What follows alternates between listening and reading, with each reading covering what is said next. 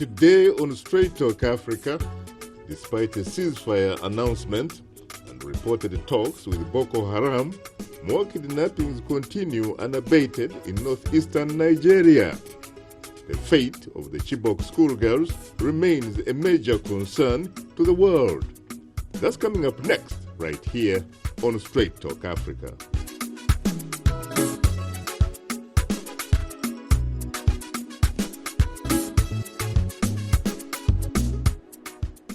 Hello, welcome to Straight Talk Africa. It's Wednesday, October 29th. I am Shaka Ssali. And hello to all our viewers and listeners on the continent and elsewhere. I'm Mariama Diallo, your social media reporter.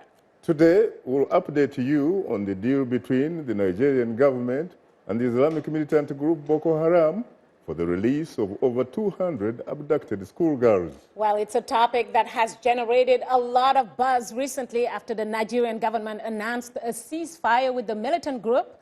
Coming up later in our STA inbox, your comments and thoughts on where things stand as of today. So, hope you'll stay with us. But first, we have two reports on efforts to end the ongoing conflict in northeastern Nigeria. My colleague Paul Cisco has more on the story. There's a ceasefire and negotiations are still going on. That comment came on Monday from Nigerian Foreign Minister Aminu Wali. But there has been no evidence of the truce with Boko Haram announced by the Nigerian military nearly 2 weeks ago. Fighting and abductions continue, and the 219 Chibok schoolgirls are still being held captive. Aisha Yesufu is a Bring Back Our Girls campaign leader. Even on the day that the ceasefire was announced, towns were attacked, people were killed, and flags were hoisted by Boko Haram. So we begin to wonder what kind of ceasefire. How will a mother be feeling right now with the news that their girls could be coming back very soon? What will happen at the first sight of their girls? What if those girls don't come back in the state that they were when they were taken? The question of the abduction of some more girls, of course, this is something that has been going on for some time, not by Boko Haram, but by some miscreants and criminals. But we also suspect that maybe some dissident of the main Boko Haram body probably could have done that to break the ceasefire. But certainly this is not something that will threaten that negotiation that is going on, and will make an effort also to bring back those that have been kidnapped.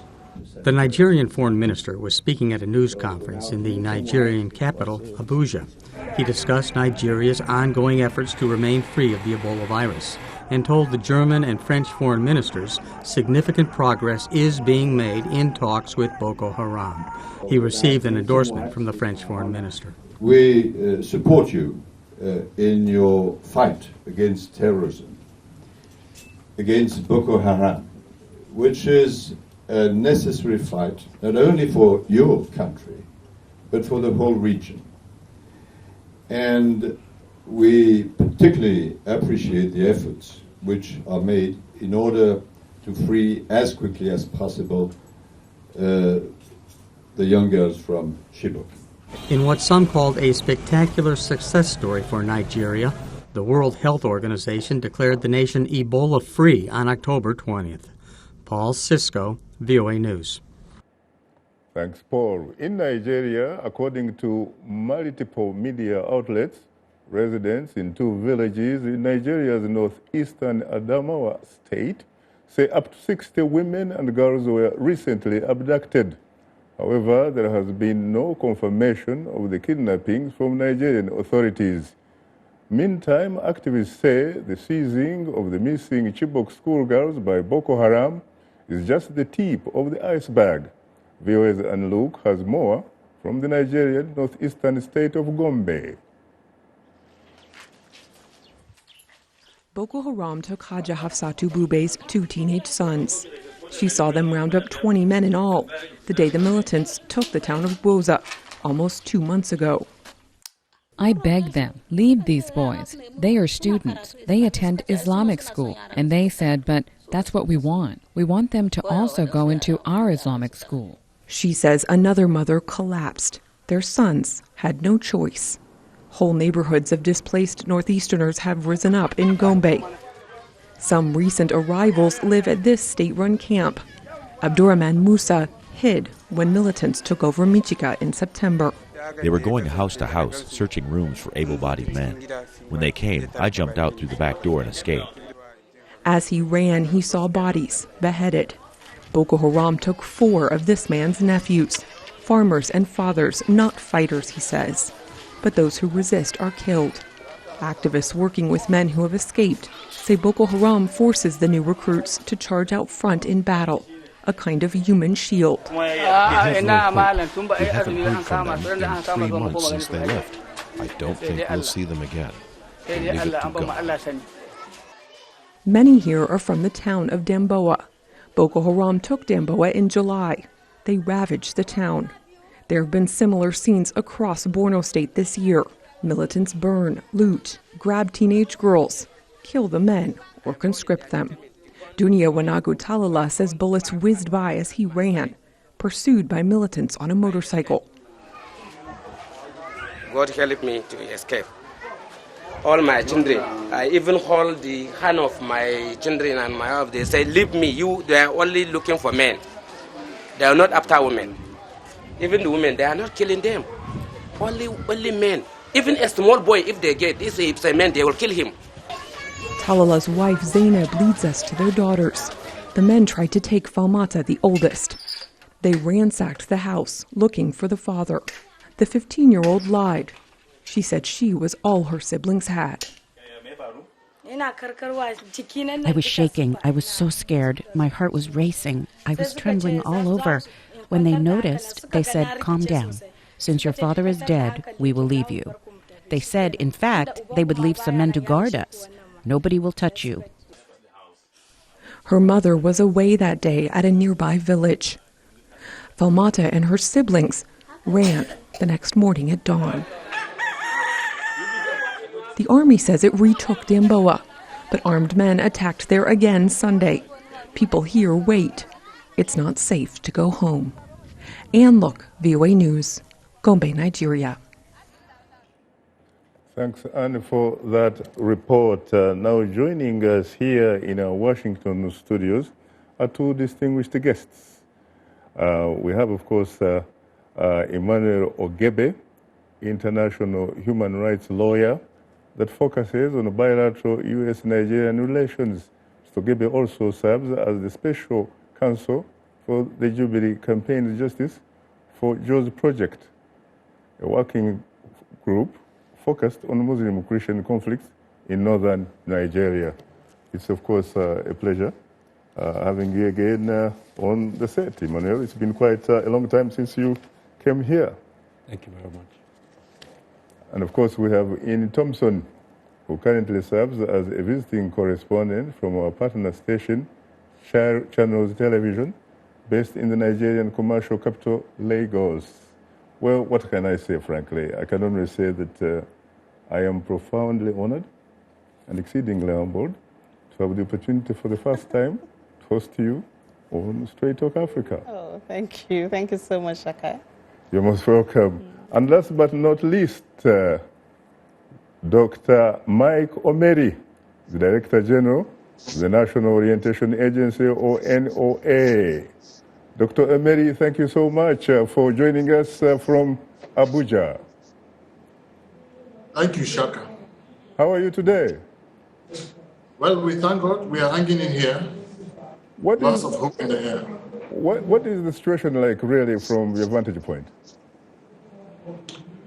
Well, from the reports, you can see the chilling consequences of terrorism, and this report, which requires that sustained global action be put in place to have a coordinated approach towards stamping it out and making sure that we have communities living in peace and harmony, because such things affect the psyche of citizens. And I really, my heart goes to the families of those who are traumatized by either loss in terms of those abducted or captured, or those in captivity, or even death as a result of the activities of the group. We'll come to that later. We'll come to that and more later. Later in the program, we'll give you, the audience, a chance to call and talk with our guests. The number to call is 202-619-3111. Yes, country code is 1. Let me come to you, Ini, really, because you are a journalist. You've been, I'm sure, following this story for a very, very long time. Is that correct? True. Are you surprised by the way events are panning out so far? Well, you know, when you talk about dealing with insecurity in a country, it's a long-standing history. Mm-hmm. It's not a child's play. And when you look at the fact that Boko Haram in Nigeria also has a long-standing history, so you do not really expect that, you know, it will just go away like that. It's going to take a process, you know, and having followed the story, there have been efforts by the government, there have been talks by the international community to also assist, but we're still waiting for the result. But a man as important as the Nigerian Chief of Defense Staff, Air Chief Marshal Alex Bade, announced a couple of weeks ago, frankly, and said, you know what? We are going to get our girls back. Where are the girls?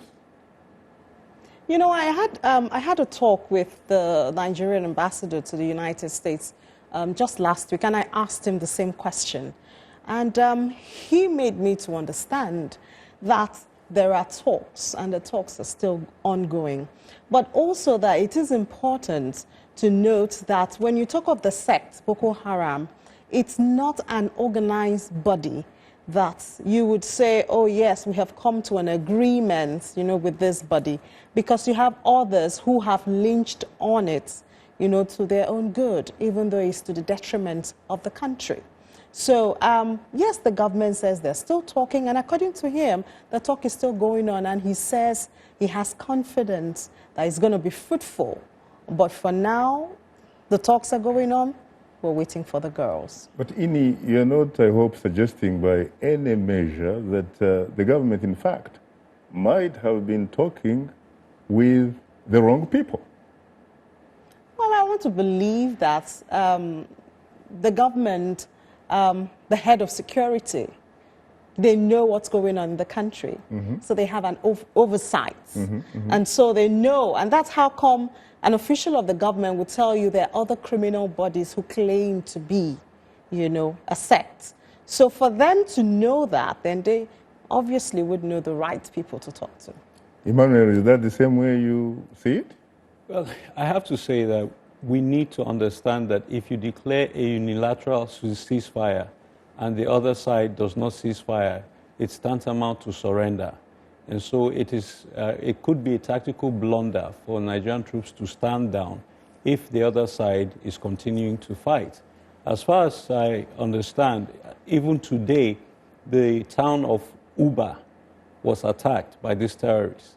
And you can't just say these are simply criminal gangs. You know, terrorists that are capturing territory are different from criminal gangs who want to just steal and retreat.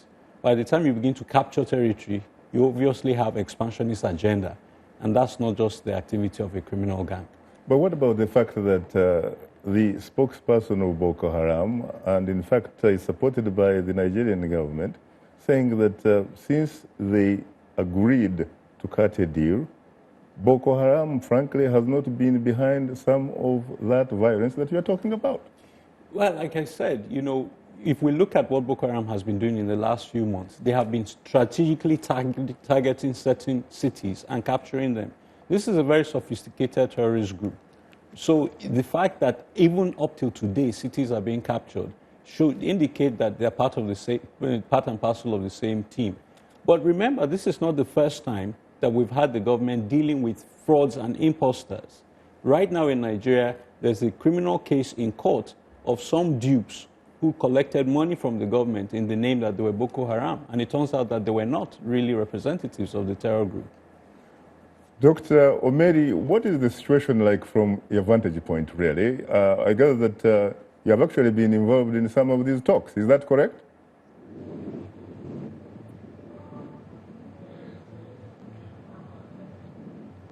Hello? Hello, Dr. Omeri. Yes, Shaka. Can you hear me? Yes, I can hear you now. Can you give us an update as to what is going on? Because I gather that you have actually been involved in the talks. Where are the girls? Well, as reported and confirmed by officials of the Nigerian government, the talks are ongoing at the location where it was conceived, in Chad. And officials of the Nigerian government have been shuttling in and out of that country to ensure that the issues are conclusively addressed.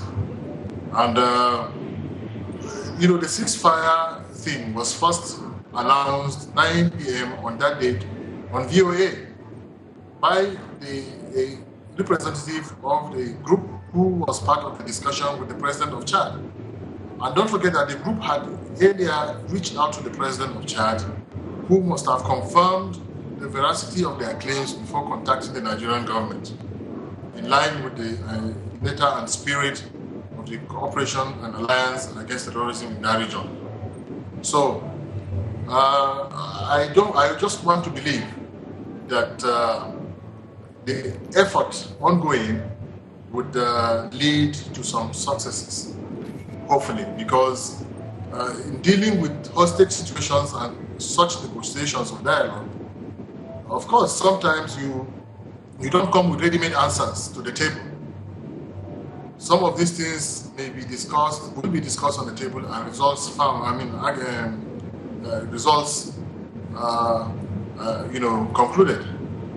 So whatever we said is based on the information that we have and the efforts going on, since our officials are actually involved with those of the foreign government. But what about reports, for example, that the girls were supposed to be handed over to the president of Chad, Idris Deby, and then, of course, he, in turn, was supposed to deliver the good news, not only to the girls' parents, to the Nigerian nation, and indeed the world. What happened? Well, this couldn't be achieved if we say discussions are still ongoing. So let us allow the process to continue. Let us be patient. It took a long time before we got to this stage. Oh yes, there have been claims by a lot of people in the past to have been talking with Boko Haram and offering to help and assist. This is the most high-level conversation around the subject matter because it is involving the head of a foreign government. Thank you very much. Thank you very much. Now we'll pause for a short break and would like to remind you that Straight Talk Africa is on the social networking website Facebook. Just enter the keyword Straight Talk Africa, become a fan and connect with other friends of the Voice of America. We'll be right back with you, so please don't go away. Boko Haram started in 2002. The name means Western education is forbidden in the Hausa language. The group launched military operations in 2009 to create an Islamic state. Founding leader Mohammed Yusuf was killed in 2009 and succeeded by Abubakar Shekau. Boko Haram has killed thousands of people, mostly in northeastern Nigeria.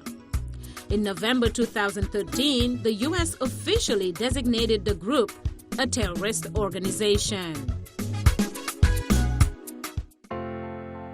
President Obama recently delivered a statement to West Africans in support of the international fight against Ebola. On behalf of the American people, I want you to know that our prayers are with those of you who have lost loved ones during this terrible outbreak of Ebola. Along with our partners around the world, the United States is working with your governments to help stop this disease. If you feel sick with a high fever, you should get help right away. Because with prompt treatment in a medical center, nearly half of patients can recover. Stopping this disease won't be easy, but we know how to do it. You are not alone. Together we can treat those who are sick with respect and dignity.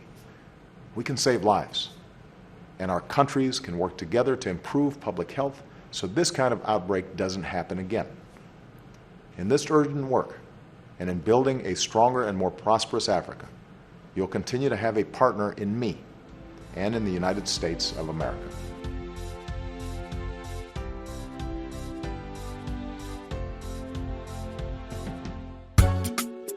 This is Straight Talk Africa on the Voice of America. What is your opinion about today's topic? Call us at 202-619-3111. U.S. country code 1. When you call, remember the following. Ask only one question, keep your comment brief, and turn down the volume on your radio or television. Now let's return to Straight Talk Africa. Thank you very much, Esther Gizui. Let me come back to you, Emmanuel. We talk about Boko Haram, and of course it has been designated as a terrorist group by the United States, and to a large extent, I think even Abuja, in fact, looks at it that way, doesn't it? Yes, the United States has designated it. The Nigerian government has also outlawed it by proscribing the organization, as has the UK, Canada, New Zealand, and the United Nations Organization. And let me be immodest and say that I led the push for the designation of the FTO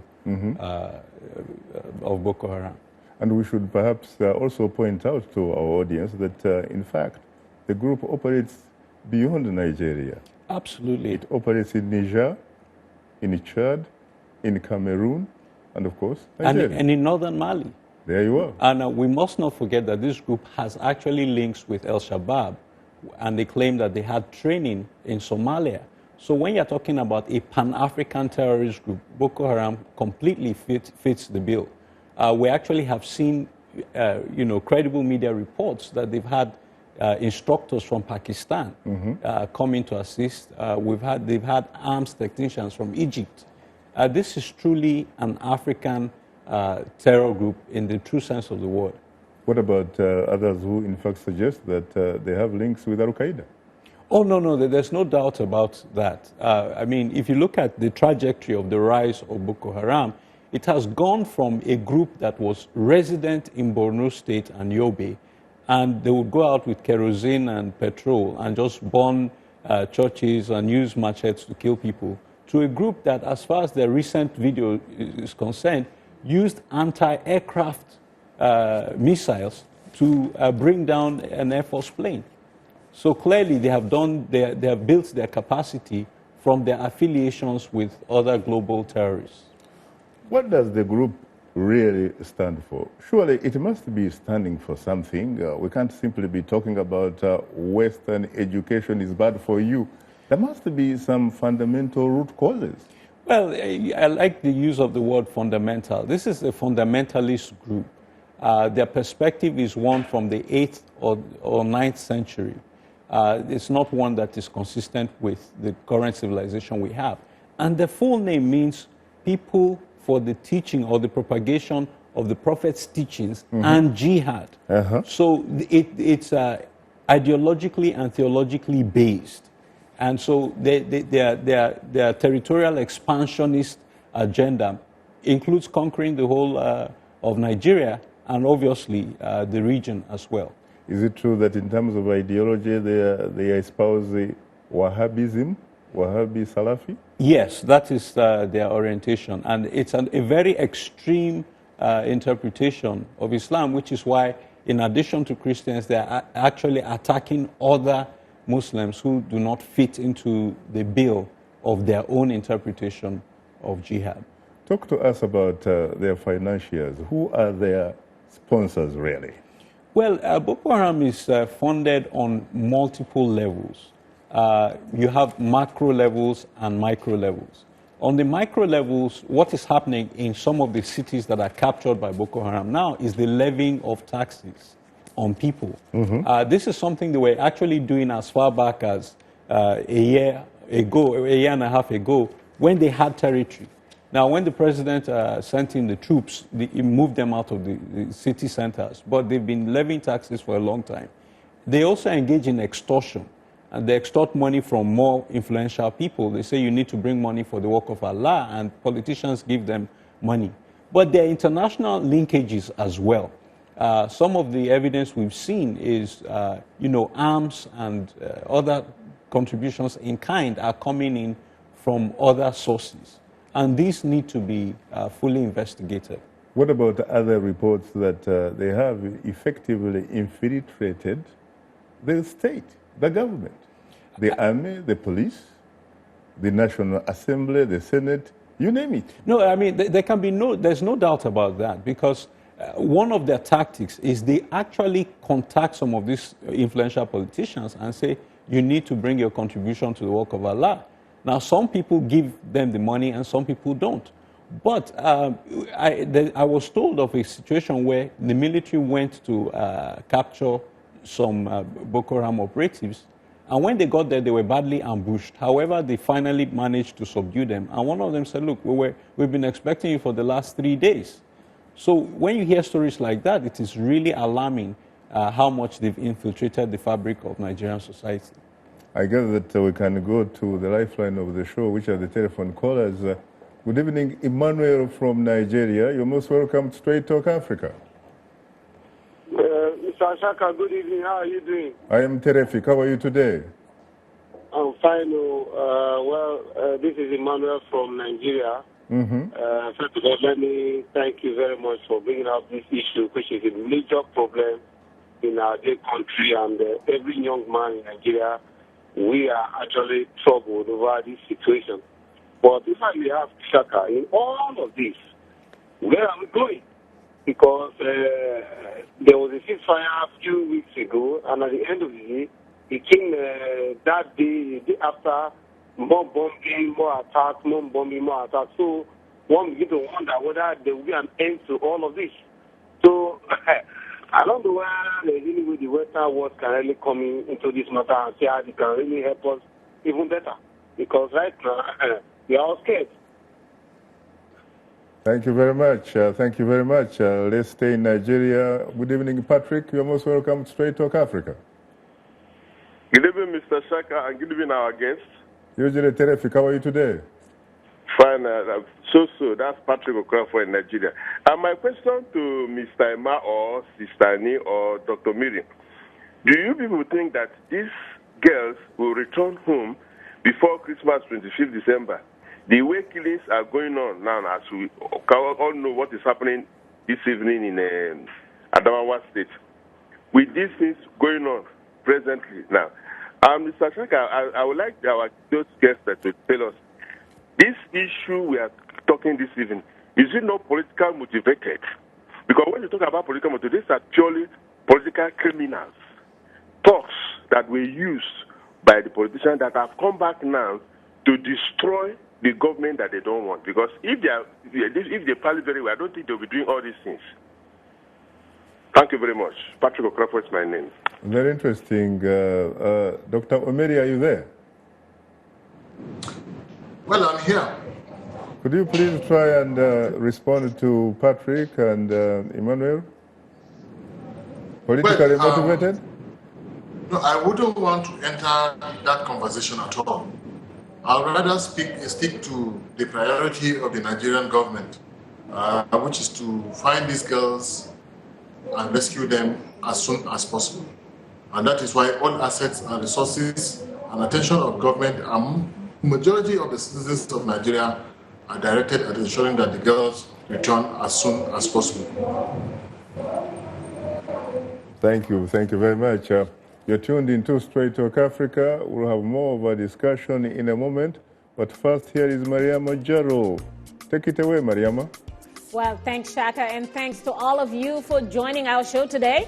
Our social media segment will reveal more of your thoughts in a moment. Meanwhile, let's share our letter of the week.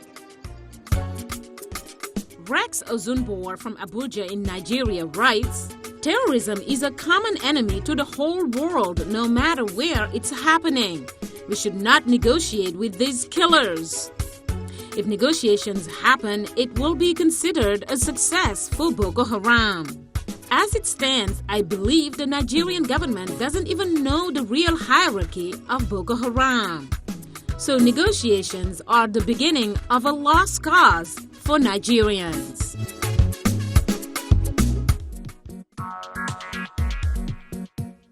Like Voice of America on Facebook. Follow VOA on Twitter.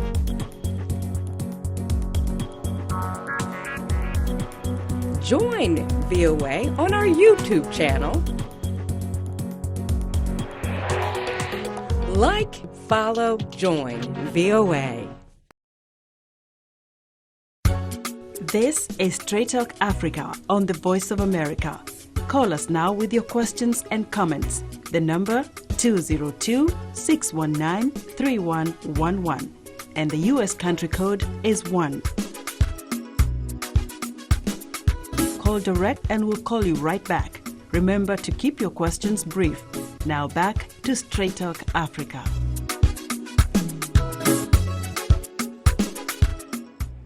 Thank you very much, Esther Gizu, and welcome back to Straight Talk Africa, live from Washington. Once again, it's time to bring in my colleague and social media reporter, Mariama. Take it away again, Mariama. Well, recent news from serious discussions between the government of Nigeria and Boko Haram has raised hope that the abducted Chibok girls will soon be released. In the last 5 years, the militant group has terrorized Nigeria as it tries to turn the Muslim-majority North into an Islamic state.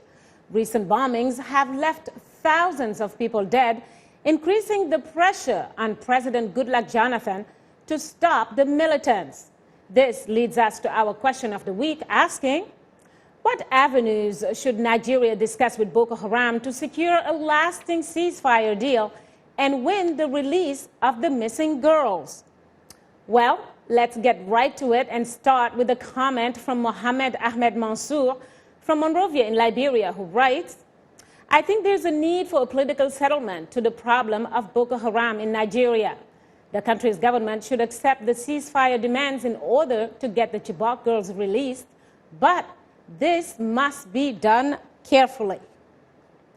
Well, another comment comes from Silva Giga or Silva Giga in Tanzania, who says, no discussions with Boko Haram, these evil incarnates. The army should blow them off, blow them to hell, rather. Well, it's quite harsh. One comment says negotiate, the other one advocates blowing them off the face of this earth. Obviously, deciding whether to negotiate with a terrorist group is a very complex issue, especially when the key bargaining chip here involves over 200 girls who were kidnapped recently. Shaka, Emmanuel, Mike, and Ini, whom I extend a special welcome to Washington in general and Straight Talk Africa in particular. What's the panel's take on these ones? Ini, what is your reaction to that? Well, I remember some time ago, the U.S. government, the U.S. is always faced with a lot of terrorist group and all that. Mm-hmm. And the U.S. says that they cannot negotiate with a terrorist group. Well, I want to believe that every country has its own approach. Mm-hmm. So for the Nigerian government to say they want to, they have a ceasefire with the Boko Haram, mm-hmm. I want to believe they know what they are working towards. Mm-hmm. And some government officials have said that they are using multiple strategy. So even though they say that they have a ceasefire, they also have another strategy. So I want to believe that they actually know what they're working with. So even though they have a ceasefire, they also have other strategies that they want to use. Using, of course, the backdoor channels and what have you, because at the end of the day, we need the girls back home. We need the girls, really. And we need peace. That is correct. Mm-hmm. Mariama, what else are people saying on social media? Well, we'll move on to Mariak Chol Majok Kuot, probably from South Sudan, but posting this comment from Kampala in Uganda. He writes, it's a waste of time and resources negotiating with a terrorist organization like Boko Haram. They have been killing innocent civilians in Nigeria in the name of Islam. The UN and the AU should deploy more troops to Nigeria and flush out Boko Haram. Well, while we're at it, let's take another look at another comment, this time Titus Merriman from Jos in Nigeria, who says, negotiating with Boko Haram for the release of the Chibok girls is not an option. the group will gain the upper hand and resurface in the future, only to hold up the Nigerian government for more ransom. Well, Shaka, the last two commenters are adamant on not negotiating with the group no matter what.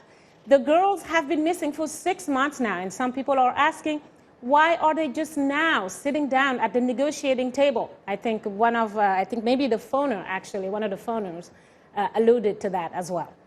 Interesting. Emmanuel? Yes, I mean, as a rule of law practitioner, I have to say that any time when we want to go into amnesty with people who have no regard for law, who have no regard for governance institutions, we're creating a very unhealthy precedent for that civilization. Now, if we go ahead and grant these killers, who in the 6 months since the Chibok girls have been abducted, have killed over 3,000 people, what are we going to say to the families of all those they've killed? I will tell you this. What will happen is, if we pay off these guys, next year, another different group is going to emerge and say, look, listen, the path to riches is go out and kill people, and you'll be paid off. And we'll create a cottage industry of terrorism in Nigeria. And that is why I believe that we cannot allow impunity to continue. We cannot allow terrorism to go on unpunished. Because it's happening now in Nigeria, it will happen in East Africa, it will happen all across the continent, and Africa will once again go back into the dark ages. So you agree with those who don't want to have anything to do with the negotiations?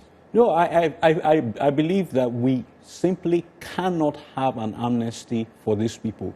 We can negotiate the release of the girls, if that's possible. But an amnesty that will allow them walk away scot-free after killing thousands of people, that would be unacceptable. What about punishing the ringleaders, but making sure that the followers who are small fish can actually get away?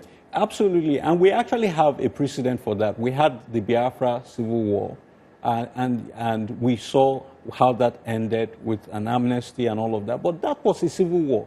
What is happening with Boko Haram is a genocide. And even if Nigeria does not hold it accountable, the international community needs to hold them accountable for crimes against humanity. These people are slaughtering human beings. These people have concentration camps where those girls are being abused and being forced to do unspeakable things. And so I still believe that we owe it a duty to humanity to end this madness. Let me point out that what Boko Haram has done in the last 3 years is what ISIS is just doing in Iraq in the last 3 months. Mm-hmm. The whole world is upset with what ISIS is doing. You know what happened, for example, in Afghanistan? The Americans were there, and as Ini said, they were saying no negotiations. But later we found out, as a matter of fact, that there were these backdoor channels through Qatar. In Qatar, they were negotiating with the Taliban. And that is true. Now, here's the point I want to make, and we need to watch this clearly. Because of part of the political motivation of these guys, anything that will make the current administration look good politically, they will not do. This is why I've always been very suspicious about their so-called truce. When they are currently holding 26 cities, they have no incentive to negotiate anything. They have a military advantage right now in 26 cities. Very interesting point. We'll come to that later. Time happens not to be our best ally. Thanks, Mariama, for bringing us this week's audience reaction. Well, Shaka, before I go, there's one more interesting comment that I actually grabbed on my way to the studio, and it's from Aubrey Kasunu Chindefu from Lusaka in Zambia, and he said that the insurgency by Boko Haram will only be defeated if the negotiations take place with the sponsors of atrocities. You need to explore the sponsors or financial muscles. That's when you can be in a better position to negotiate ultimately to end such acts. Very interesting comment, and I think Emmanuel alluded to that as well. Well, thanks, Aubrey. And that will do it for today's social media segment. Thanks to our guests for responding to our audience. Just a reminder that we appreciate all the feedback, whether it's in social media form or using other means to communicate to us. Please, please keep them coming.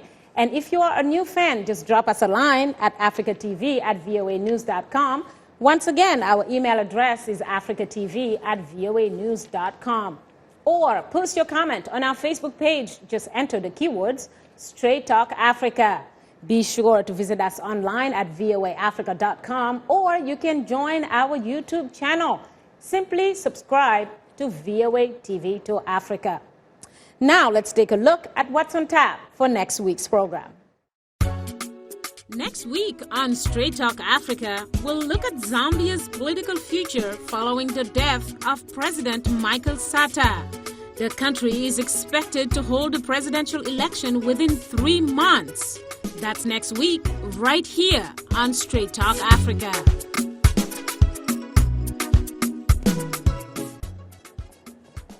Welcome back. We are updating you on the deal between the Nigerian government and the Islamic militant group Boko Haram for the release of over 200 abducted schoolgirls.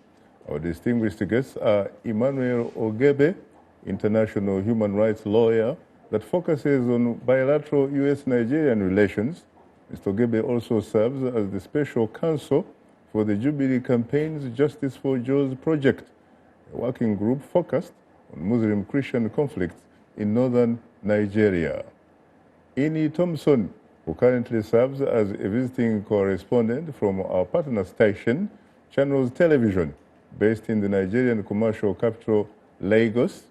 And last but not least, Dr. Mike Omeri, the Director General of the National Orientation Agency, or NOA, which has been focusing on the ceasefire talks with Boko Haram. He joins us via Skype from the Nigerian capital, Abuja. Well, I have to say, ladies and gentlemen, that I'm profoundly honored and exceedingly humbled to have the opportunity to host the three of you on Straight Talk Africa today. Thank you so much. You're most welcome. Good evening, Mike. Good evening, Shaka. Give us the solutions, man. Give us the solutions. When do you expect to see our girls back?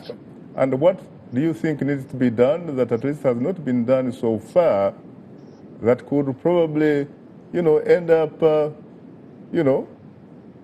creating a sort of miracle? Well, Shaka, like I said earlier, this is a hostage situation and therefore must be approached tactically and systematically.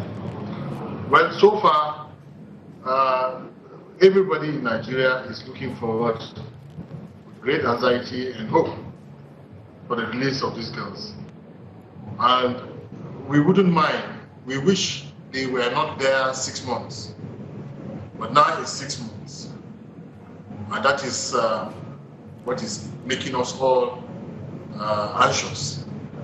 But the only other option available is that the government of Nigeria, working with collaborators locally and internationally, has stepped up efforts to ensure that we reach the end of this. We get the girls back to us, to Nigerians, and most of all to their parents and community. And nothing short of that is within the contemplation of the government of Nigeria and the people of Nigeria. What about the fact that, Mike, Nigeria has done a tremendous job, at least by stopping the spread of Ebola, and should really be commended for that. What about others who say, wait a minute, if in fact they can do this, how come they have not been able to free the girls, really? Is it possible that there is something that they have not been able, frankly, that they need to do, or is it, in fact, according to some skeptics, some critics, that perhaps somebody is trying to get some political mileage out of this? After all, guess what? You have elections in less than 6 months. Well, admittedly, Shaka, our response to it in the first place was that of inexperience, because it's the first time that Nigeria as a country was having its citizens abducted in that mass, that number, with a lot of strikes and bombings across areas in the northeast. And so, like any other first experience, we needed to quickly learn the ropes and approach the the release of the girls, an effort to step in them from the experiences of others. And without much ado, as soon as it was obvious that we needed not just help, but collaboration, the government of Nigeria reached out to neighbors, to international alliances, and sought their help, which is now coming to this country, especially in terms of training and experience, in terms of surveillance and sharing of information. So,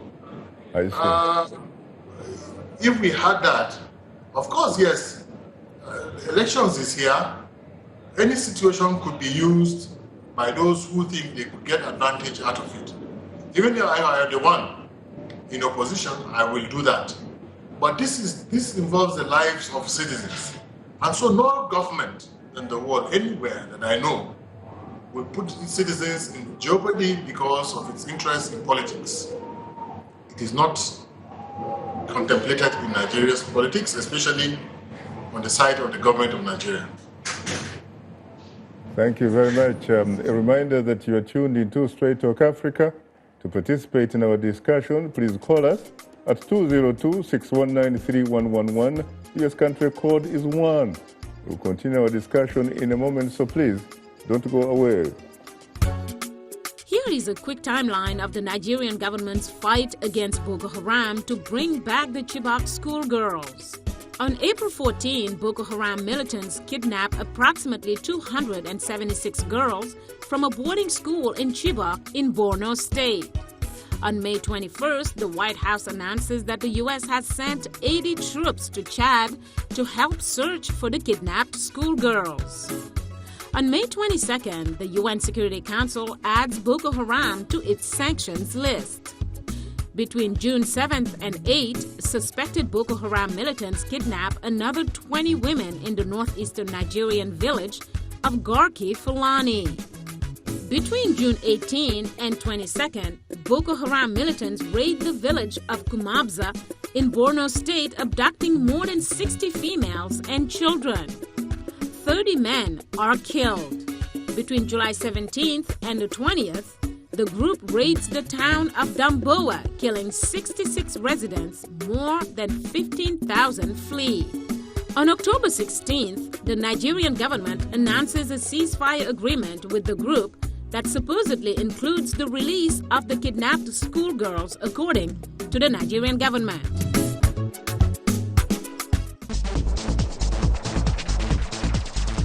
We are able to touch on things that are important to people on an everyday basis. We hope that our viewers are getting inspired when they watch our show. They're getting a view of the world from a different perspective, things that perhaps are not in their immediate vicinity. Today, I could put in on the show something that is a little different, a little unique, and this gives me that inspiration to come to work. If you like today's show, please write and tell us what you think or give us some suggestions. Be sure to tell us what station you're tuned into.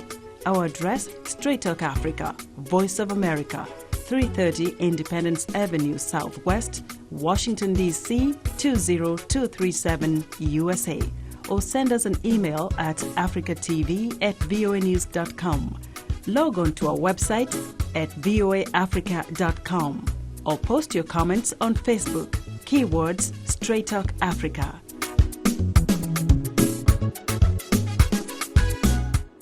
Thank you very much, Esther Gidui. Let's go back to the lifeline of the show, which are the telephone callers, and still in Nigeria. That should not be surprising anyway. After all, they say that 1 out of every 4 Africans may in fact be a Nigerian.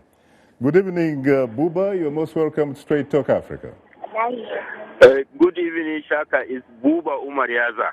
Buba Umariaza, how are you? Yes, sir. I want to thank you first for this kind program, sir.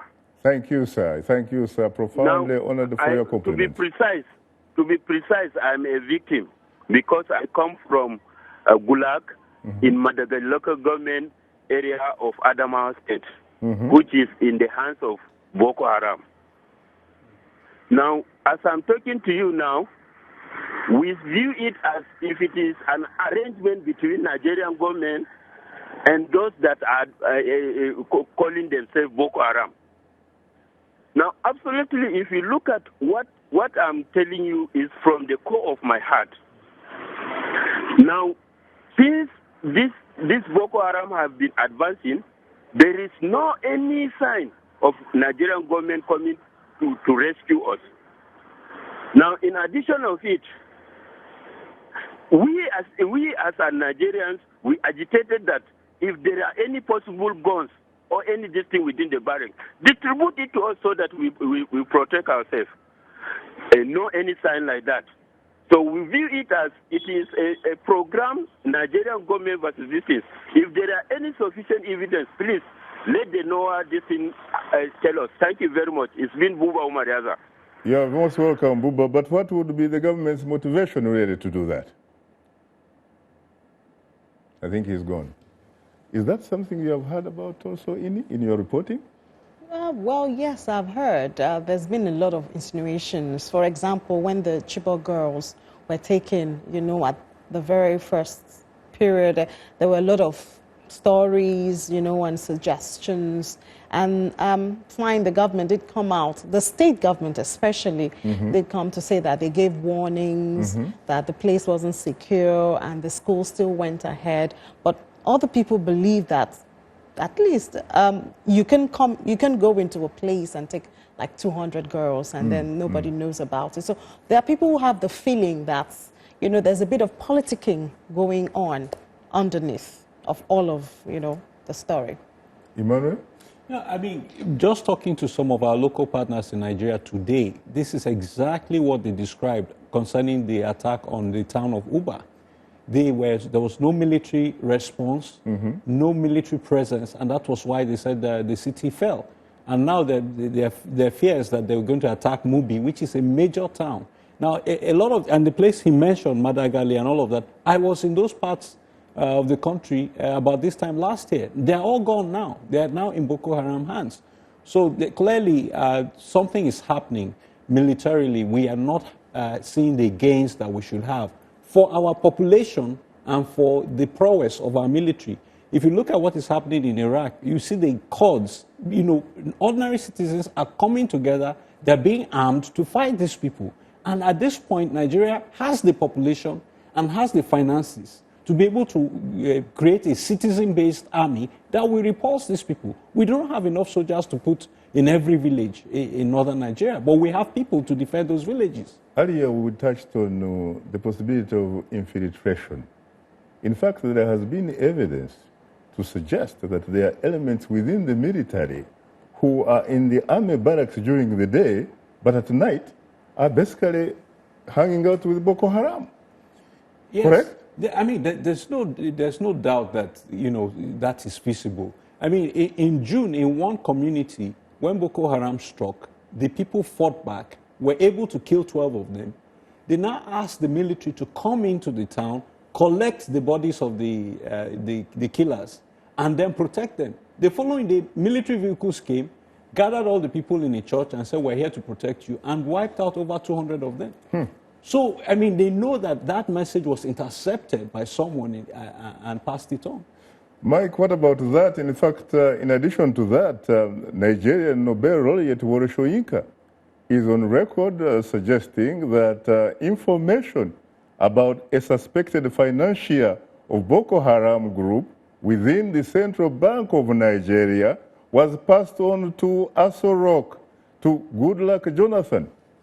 Do you have any reaction to that? Well, first, let me even put a bit of it in perspective before we get there. But if the government of Nigeria were not serious or were not involved in fighting insurgency, over 2,000 officers and men would have been committed to this fight, and they are dead. I mean, that have lost their lives, committed to this fight. And all of these people also have families, husbands and wives and children. So let us also, as we talk about this, not abuse the sensibilities of those who have lost their lives in the fight to ensure that the rest of us are safe. You have a minute. You have a minute, Mike. Hello? You have a minute, please. And then secondly, about, people in the central bank or other sources, the government of Nigeria had commented on it, and that no information related to the fight against insurgency or against or people harming communities will be left unchecked, and therefore such information will be thoroughly investigated and are being thoroughly investigated with a view to stamping out such enemies within the structure of government and governance. Well, thank you very much. Before we close today's program, we would be remiss not to mention the passing of Zambian President Michael Sata, who died on Tuesday in London. Mr. Sata had been undergoing treatment in the British capital for an undisclosed illness. He was 77. President Sata's health had been a concern since June after he traveled to Israel for medical treatment and then did not make any public appearances for 3 months. Mr. Sata had led Zambia since winning an election in 2011 that ended the 20-year rule of the Movement for Multi-Party Democracy. Sata pledged to fight corruption and help Zambia's poor, while also working to improve working conditions at mines in Africa's second biggest copper-producing country. Mr. Sata was known for his sharp wit and fiery speeches, which earned him the nickname King Cobra. We at Straight Talk Africa had the opportunity to host him. We extend our profound condolences to his family and the people of Zambia. May his soul rest in eternal peace. Well, I guess we do have still some time to talk.